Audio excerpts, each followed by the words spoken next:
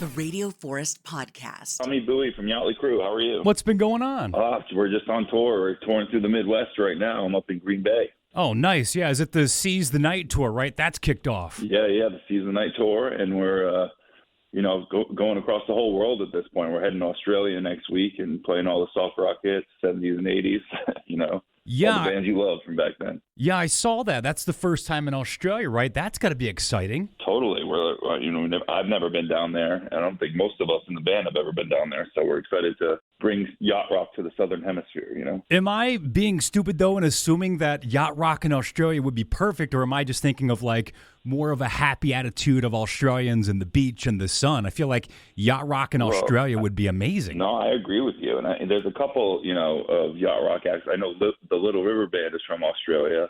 The Bee Gees are kind of from Australia.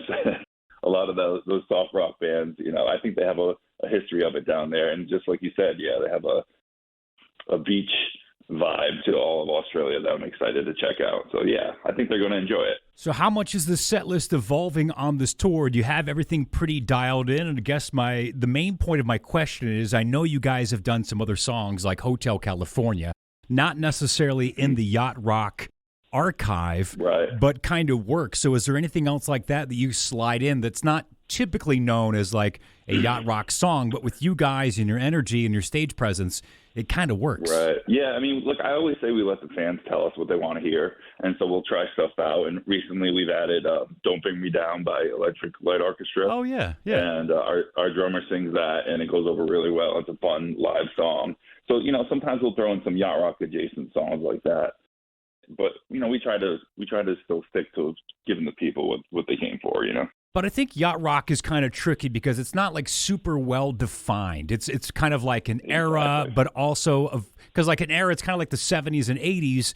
But Kokomo is definitely a Yacht Rock song, but that's out of that era. So I think you can get away with more. Like if you don't dip into Slayer, I think you're fine because you know what I mean? Even some 90s songs in the right styling, you'd be like, oh, this is great as a Yacht Rock song, where it feels the same. I kind of count Regulate as a Yacht Rock song, and that's a 90s hip hop song too. So, oh yeah, you could do it. Samples Michael McDonald.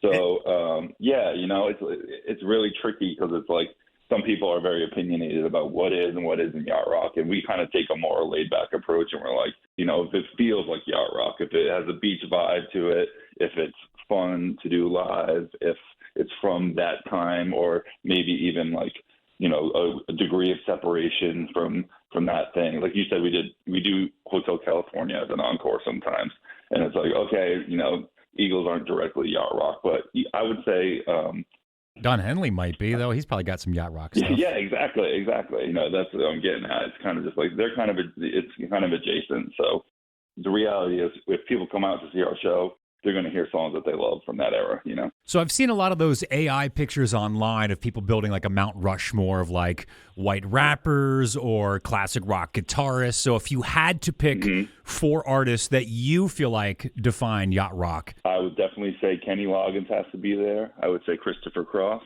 I would say Michael McDonald.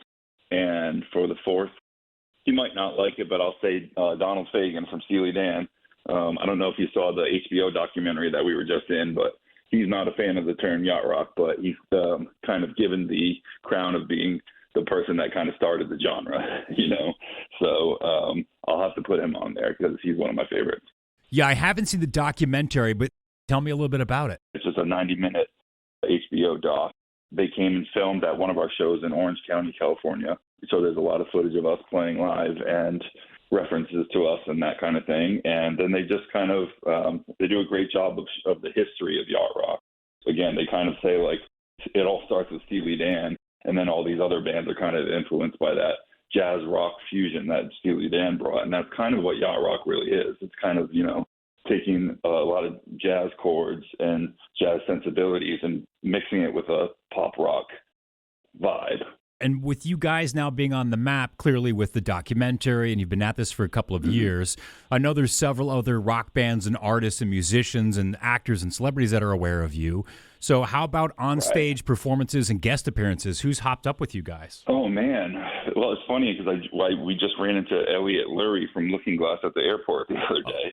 He's been up on stage with us to sing Brandy. Peter Beckett from Player came up and sang his song "Baby Come Back" with us. Then we've had some non-Yacht Rock people, like we were in Vegas and Sebastian Bach from Skid Row was at our show. And so he was literally just at the show, and we're on stage, and we're like, there's Sebastian Bach. And then we had one of our guys go over and be like, do you want to come up and play a song? So he looked at the set list, and he saw Hotel California, and he's like, I'll come up and do that. So he came up and sang Hotel California with us. And honestly, he sounds so good still. Like he's still amazing. He nailed it, you know. And so it was really, I was impressed by that. Like, wow, you just know this random song, you know all the lyrics to this random song and get up on stage and do it in front of hundreds of people. Like, yeah, that's why he's a pro. And I did see that Dave Grohl at least is aware of you guys. I've seen him shout you out once. That's pretty cool. Yeah, I mean, that's like a dream come true. I mean, he's on top of the mountain, and you know, we all rock and rollers love Dave Grohl. So that was super cool to get a shout out from him, and I would love to get him on stage. I know they've covered Baker Street before, so that's kind of like we need to get that out in the universe, manifest that, get Dave Grohl up on stage to sing Baker Street with us. He would be great in your band. Did you ever listen to, I think it came out for Record Store Day a few years ago, but it was that Dave...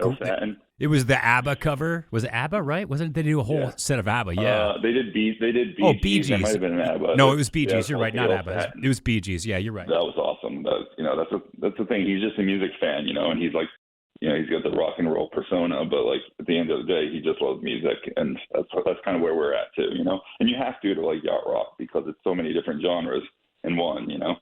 Now, what about the band Yächtley Crëw? Are they, at this point, they got to be aware of the name, right? Yeah, I think so. There's been Tommy Lee posted a picture of him wearing a Yächtley Crëw shirt on his Instagram a couple years ago. So I think he's in on it and he's approving. We haven't really come across them in our travels yet. So hopefully, again, that'll be another funny thing just because of our name. Maybe we'd have to do a Yacht Rock version of a Yächtley Crëw song though, you know. I'm trying to think what would work. Maybe Home Sweet Home, but that's more of a soft song. Yeah, or Girls. That would be good. Yeah. Now, I've talked to Philly Ocean a couple of times, Yächtley Crëw's lead singer, and oftentimes him and I went up talking about tattoos. I know you have a couple as well. For one, I know is a palm tree. Can you tell me about that? And can you tell me about some of the other tattoos you've got? I've never been asked about my tattoos. This is cool. Well, I don't know. I'm just kind of, they're addictive, as everybody says. I do have my Yächtley Crëw tattoo as well on my wrist. I'm looking at it right now. It's an anchor that says YC. But my palm tree one, I don't know. I've just always loved the beach and loved the lifestyle of the beach and taking it easy. And it fits my laid back personality. So I just felt like a palm tree would be cool right on my forearm. And so there it is. And I don't think about it too much. They become a part of you, you know, the tattoos. Yeah, I also have a spaceman holding a guitar. That's my way of kind of saying I'm going as far as I can with the music thing, you know. And I have a cassette tape on my chest, actually, because right on my heart, because I'm an 80s baby that loves music. So, can I ask you what the first cassette you ever bought was? Because you mentioned Sebastian Bach, and I interviewed Skid Row, I don't know, a year or two ago. Mm-hmm. The Youth Gone Wild was the first cassette I had bought. What was yours? It was Michael Jackson's Dangerous.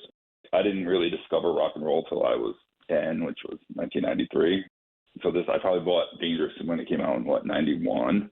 When I first heard Nirvana, probably in 92 was the first time I heard them. And then I was like, you know, hooked on rock and roll after that. So, you know, I was trying to explain it to somebody. I feel like people that were alive when Nirvana came out, like I'm saying, like the album was already out. It's kind of like me with the Beatles. People are like, hey, the Beatles are so awesome. I'm like, it's overrated. I didn't get to the Beatles till later because for me, it was like Nirvana, but I was aware of rock at the time. So it was like Warrant and Trickster or, you know, Poison and Van Halen. So it was like Spandex and Split Kicks. And then Nirvana, I was like, wait, what is this? Are you allowed to do this? They changed the game for sure. Yeah, wasn't it such a huge shift? Like it was like an atomic bomb went off and all those bands were dead overnight. I have a vivid memory of being in my friend's house. And he put on Nevermind, and he was like, you know, we were 10, so he's like, we got a slam dance to this. That was the term at the time, right? We got a slam dance. So it was like he cranked up Smells Like Teen Spirit, and we're jumping around his living room, jumping into each other. And it's just like from that moment on, I was like, this is amazing. It was like that's how I got hooked on rock and roll. I feel bad for people that were, you know, didn't get to experience that shift because it was so dangerous and scary and fun.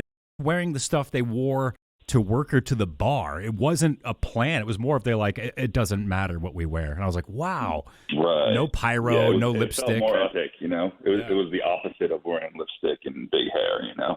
Probably needed at the time, with all due respect to the lipstick and big hair man. I still love some David Lee Roth. Don't get me wrong. Yeah, Diamond Dave. Who doesn't? Tell me about 311. Didn't you recently record at Hype Studio? I did. This is awesome. I did, yeah. You know, I'm recording kind of my own stuff, and I just went to. I'm friends with Nick Hexum, the lead singer of 311, because I'm a fan of theirs, and he's just such a cool guy. And I played on. I'm 6'5", so I play basketball. So I played on his rec league basketball team. This is Los Angeles for you, you know. You join a rec league team, and you're on Nick Hexum's team or whatever. So we become friends, and I'm just a huge fan of 311 as well, because they're another band that mixes styles, and they have a beach vibe to them. You know, you don't think they're not a yacht rock band, but they definitely have a beach vibe to a lot of their songs. Solo recordings, we kind of write my own stuff for fun on the side, you know, but, you know, Yächtley Crëw is still my main thing. Am I mistaken? Is Nick in better shape now than in the last 10 years? He's such a focused individual, writing songs, and obviously his family, working out, and he's just, you know, super into that and super into, you know, the dieting and the nutrition side of things and getting his body to do it. My body doesn't look like that, so you know, maybe I should take some tips from him. But you know, I try to be active, play basketball, go for runs here and there. He's a super impressive dude and kind of a hero of mine from a songwriting perspective. Happy to be his friend. Back to the tattoos real quick. You had mentioned that you've got the Yächtley, a Yächtley Crëw tattoo in your wrist. Now, I can't remember, does everybody in the band have one, or is it the wives of the band, or is it kind of a combination of both? All of the wives have flamingos. Most of us have either the anchor or the logo. We call him the dude, our logo, which is just it's like a skull and crossbones, but with a guy with a mustache and a captain's hat. I have the anchor. Philly has the anchor, Paul has an anchor, and I think Rob and Chaz have the dude. No, wait, Chaz has an anchor as well. But now that you're married, is your wife going to get a Yächtley Crëw tattoo? She's not a tattoo person, so I don't think so. I don't think she loves needles either, so it's probably not going to happen. But I'll give her, she likes to wear the shirts to the show, so. But you're recently married, right? And that was kind of beach-themed, right? Tell me about that. Congratulations. Thank you, yeah. My wife's from England and got married back in October 8th, and it was a beautiful, very small ceremony for about 5 people. Wow. And that's just the way we wanted to do it. Like, just do it, get it done with, and but it was really beautiful. And actually, Pauly Shores was our, I guess you call it a minister? Yeah, he officiated it, He's the one that officiated, there we go. He's the one that officiated it, and he married us. So, he's one of my best friends. So it was really cool. Now, if you only have 5 people there, and one of the other guys is in Yächtley Crëw, are the rest of the guys like, dude, what the F? How come I'm not invited? You're like, well, you play the keyboard, so. No, it was my sister and her husband, and then Pauly Shores, and then us too. Because we were like, as soon as we invite one other person, then it's going to be, oh, well, why didn't we invite this person? And then the list grows to 200 people. You know what I mean? So we just wanted to do a private thing on the beach. It was beautiful, though, and I'm really lucky, and I really love my wife, obviously. Awesome. So it's Yächtley Crëw, Seize the Night Tour has kicked off July 5th, Knitting Factory here in Boise. Australia later this year. What's the name of the documentary you mentioned? It's on HBO Max, or whatever it's called. I think it's called Max now, the HBO streaming service, and it's called Yacht Rock, a documentary, like DOCK. Everybody should check it out because you'll see some Yächtley Crëw and learn a little bit about yacht rock in the process. The band also has their own EP with their Sex on the Beach, their original song, plus some Christmas music that came out last year. It's guitarist Tommy Bouy from Yächtley Crëw. Hey, we'll see you July 5th at the Knitting Factory here in Boise. Knitting Factory, we're really excited to get to Boise for the first time. So come on out. All right, thanks, Tommy.